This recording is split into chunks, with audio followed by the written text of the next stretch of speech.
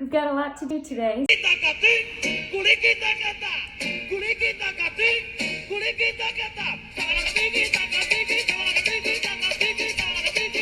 So today we begin with our final unit on the Gilded Age. That is the period lasting from the end of Reconstruction in the 1870s to around 1920. It's called the Gilded Age because it's a period during which the rich in America keep getting richer and the country appears to be thriving with new industry and more urbanization, bigger, more beautiful cities, more immigrants coming to work new jobs and new industry. And for something to be gilded, it means that there's a fancy metal on the outside of it. Like a penny, for instance, is zinc gilded in copper. So it looks really pretty from the outside, but on the inside, a lot of Americans are really struggling. Groups of struggling Americans include any person of color. We're going to look this unit at Asian Americans who are migrating to the American West during this period and the harsh treatment they faced as laborers on railroads, fruit farms, and other forms of agriculture. We're going to be looking at African Americans who are targeted by Jim Crow laws and other legislation that prevents them from exercising rights that were given to them in the 13th, 14th, and 15th Amendments, particularly in the American South.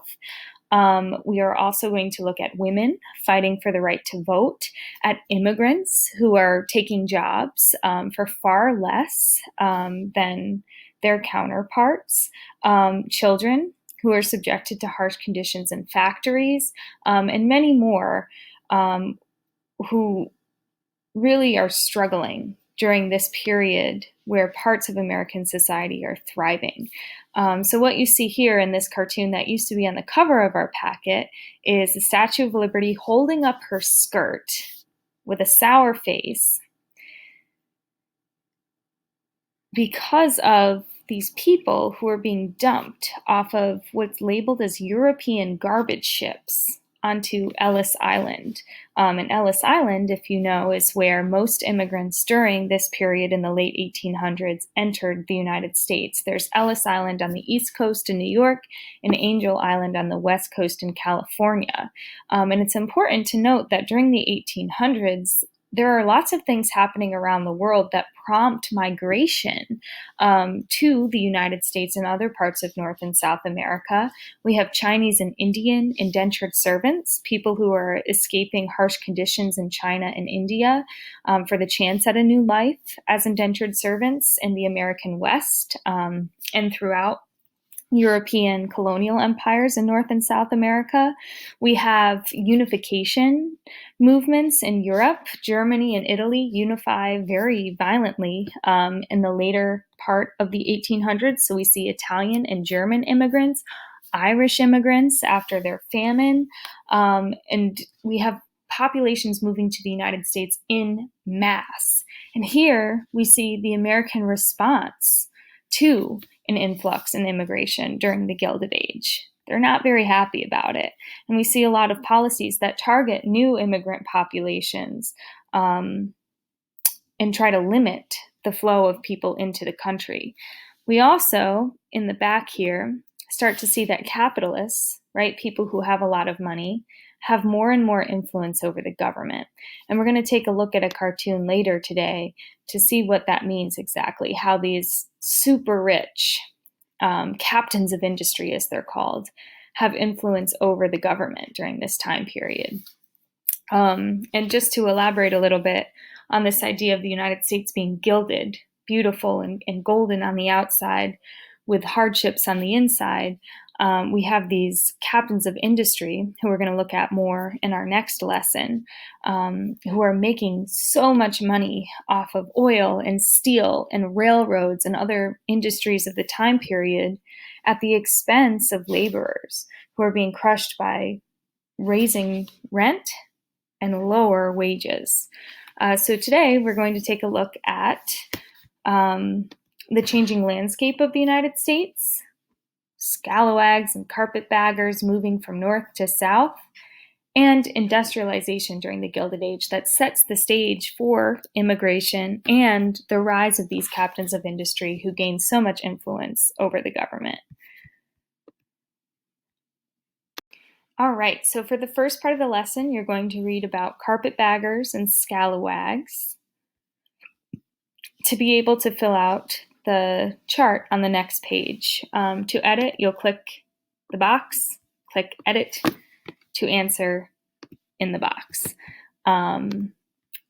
Once that is completed, the second part of the lesson is intended to help us understand what industrialization looked like during the Gilded Age.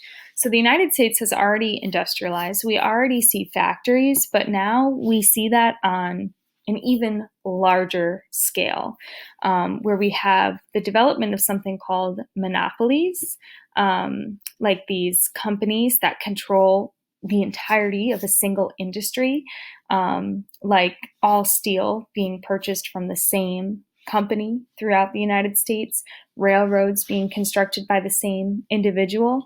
So we'll take a look at a couple of these monopolies in our next lesson. But today we're just going to see what about industry during the Gilded Age made it possible for the rich to get so rich and the poor to get so poor. So we're going to look at this cartoon together as an example, and then you will give yourself 15 minutes to go through the rest. And same as we did in our last lesson, if you're working with a group, you fill out all the steps. If you're working alone, just fill out step 3 and 4. And then everybody will complete step 5 to sort of summarize the causes and effects of industrialization during the Gilded Age. But here, let's look at our example together. So document Z, the first document, shows Congress meeting, right? We have a whole bunch of senators here. It says in the back, this is the Senate of the monopolists.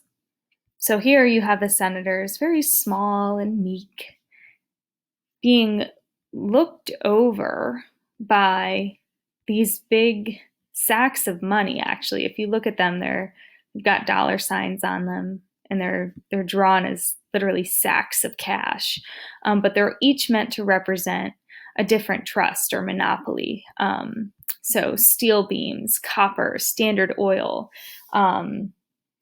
all controlled by one or just a few individuals who are making so much money off of these industries that they're able to use this money to support senators. Say this guy here, right, nameless senator, we'll call him Charles. Charles wants to be elected in the state of New York.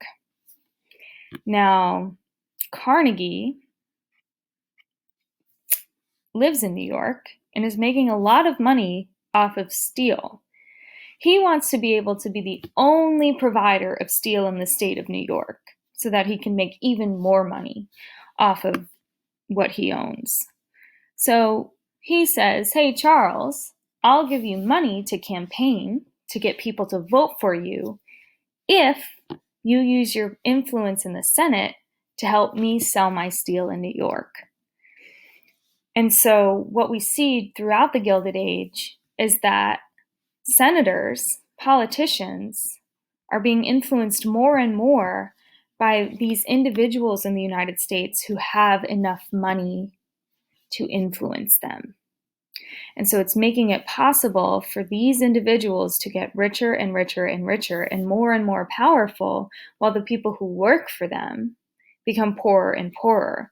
Charles here owes nothing to an immigrant laborer in New York City, but he owes a lot to Carnegie, who gave him money to support policies that support his industry. So if we're looking in our document here, some of the impacts of industrialization we may see, or a characteristic of industrialization, is that the rich gain more influence in the government. Senators are being influenced by large industries.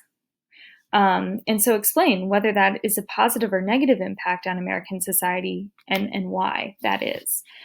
So you'll do that for as many documents as you can in 15 minutes. And again, if you're working with a group, fill out all the steps. If you're working alone, just steps 3, 4, and 5 to summarize those causes and effects. And tomorrow, again, we'll take a closer look at who some of those monopolists were. Carnegie, Vanderbilt, a lot of names you may already recognize.